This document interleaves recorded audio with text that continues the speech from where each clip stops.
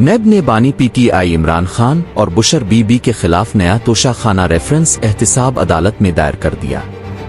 Reference नेब के तफ्तीशी अफसर मोहसिन हारून और केस ऑफिसर वकार उल हसन ने दायर किया है। नेब की जानिब से दायर नया तोशाखाना रेफरेंस 2 वॉल्यूम्स पर मुश्तमिल है। रजिस्ट्रार ऑफिस ने तोशाखाना 2 रेफरेंस की स्क्रूटनी शुरू कर दी।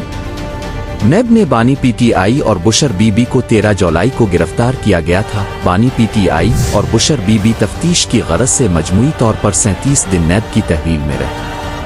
तफ्तीश के दौरान इमरान खान बुशर बीबी को नेब की जानिब से सवालनामा भी फराहम किया गया था। दोनों मुल्जिमान ने जवाबात नेब को जमा करवा दिए थे।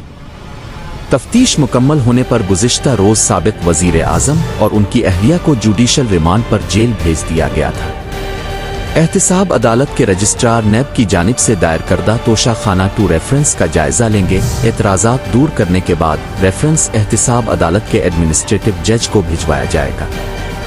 एडमिनिस्ट्रेटिव जज रेफरेंस पर खुद समाअत या किसी दूसरी एहतिसाब अदालत को मुंतकिल करने का फैसला करेंगे।